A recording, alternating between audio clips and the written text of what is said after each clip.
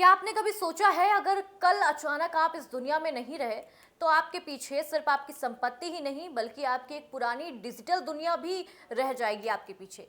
आपके Google account में सालों पुरानी आपकी तस्वीर, जरूरी दस्तावेज, ईमेल, डॉक्यूमेंट्स, ड्राइव में सेव फाइल्स और कई निजी जानकारियां जो कि मोबाइल में मौजूद रहती हैं। वहीं फेसबुक, इंस्टाग्राम और दूसरे सोशल मीडिया प्लेटफॉर्म पर आपकी यादें, पोस्ट, वीडियोस और बातचीत का एक लंबा इतिहास उसमें जमा रहता है। लेकिन सवाल यह है कि आपके जाने के बाद इन डिजिटल अकाउंट्स का आखिर क्या होगा? क्या आपके परिवार आपकी पुरानी तस्वीरों तक पहुंच पाएंगे? क्या जरूरी दस्तावेज उन्हें मिल पाएगा? क्या कोई आपके सोशल मीडिया अकाउंट को संभाल पाएगा या फिर आपकी सारी डिजिटल यादें हमेशा के लिए बंद हो जाएंगी? इंडिया न्यूज में आप सभी दर्शकों का बेहद स्वागत है। आपके साथ मैं हूं आंचल श्रीवास्तव और आज खास रिपोर्ट लेकर हाजिर हूं क्योंकि ये सवाल हम सभी के दिमाग में रहता है कि आखिर हमारे बाद हमारे फोन को कौन यूज करेगा। तो इस वीडियो को अंत तक जरूर देखिएगा। आज के समय में हमारी जिंदगी का एक बड़ा हिस्सा ऑनलाइन हो चुका है। बैंकिंग से लेकर शॉपिंग तक, निजी बातचीत से लेकर जरूरी कामों तक हर जगह एक डिजिटल अकाउंट की जरूरत होती है। हम अपनी जिंदगी की कई महत्वपूर्ण चीजें मोबाइल और इंटरनेट पर भरोसे के साथ सेव कर देते हैं, लेकिन अक्सर एक बात भूल जाते हैं कि हमारे बाद इन डिजिटल चीजों की जिम्मेदारी आखिर किसकी होगी।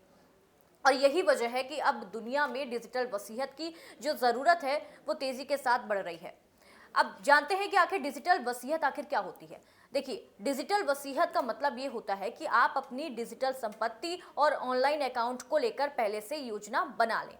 यानी कि गूगल जैसे प्लेटफॉर्म पर मौजूद इनएक्टिव अकाउंट मैनेजर जैसी सुविधाओं के जरिए आप तय कर सकते हैं कि अगर आपका अकाउंट लंबे समय तक इस्तेमाल नहीं किया जाता तो आपकी जानकारी किस व्यक्ति के साथ शेयर की जाएगी या अकाउंट के साथ क्या कुछ कार्रवाई की जाएगी। और इसी तरह फेसबुक जैसे सोशल मीडिया प्लेटफॉर्म भी यूजर्स को ये विकल्प देते हैं कि उनके निधन के बाद उनका अकाउंट कौन संभालेगा।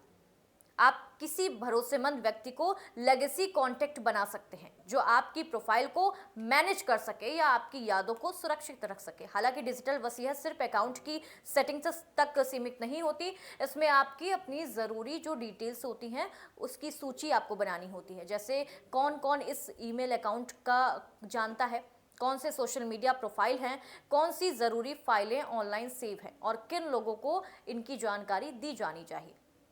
क्योंकि आने वाले समय में डिजिटल संपत्ति भी हमारी एक ज़रूरत हो जाती है, उतना ही अहम हो जाती है जितना हमारी संपत्ति होती है, जितनी हमारी ज़मीन होती है, घर होता है, बैंक बैलेंस होता है।